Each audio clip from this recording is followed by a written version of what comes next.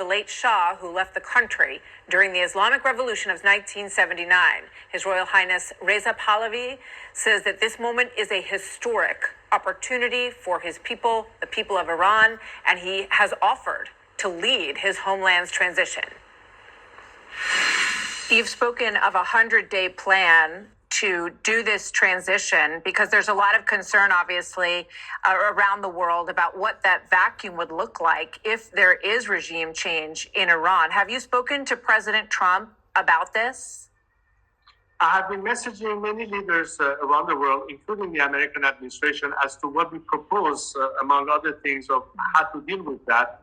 Naturally, and relevant to your previous questions, the less infrastructure damage there is to Iran, it will be making our job easier after regime collapse to start picking up the pieces.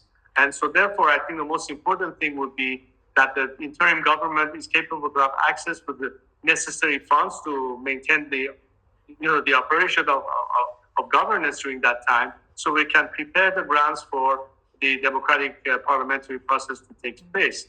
How many sanctions could be lifted as a result, and many elements related to that. So regardless of our plan domestically and what I'm offering the nation, I think at some point it's important for world government to understand that there are many ways to expedite and facilitate that process, so the interim government would have less issues to tackle, knowing that they are not as curtailed by means of having enough funding to get the job done. And infrastructurally, the country is not completely depleted, so we literally have to get everything the ground up from scratch. That's a critical aspect as well. I'm curious what you think about the inaction on the part of the former Iranian proxies, to the extent that they still exist, and also from Russia and China. Well, I think you should imagine, Marta, that in a sense of realpolitik, certainly the Chinese or the Russians know that in terms of the long-term prospects and what will be more important in terms of relationship with a country like Iran, especially when they know, they are fully aware of the fact that this regime is extremely unpopular, but that the more they demonstrate that they understand what the Iranian people expect the world, and we're not looking only at the West, mind you.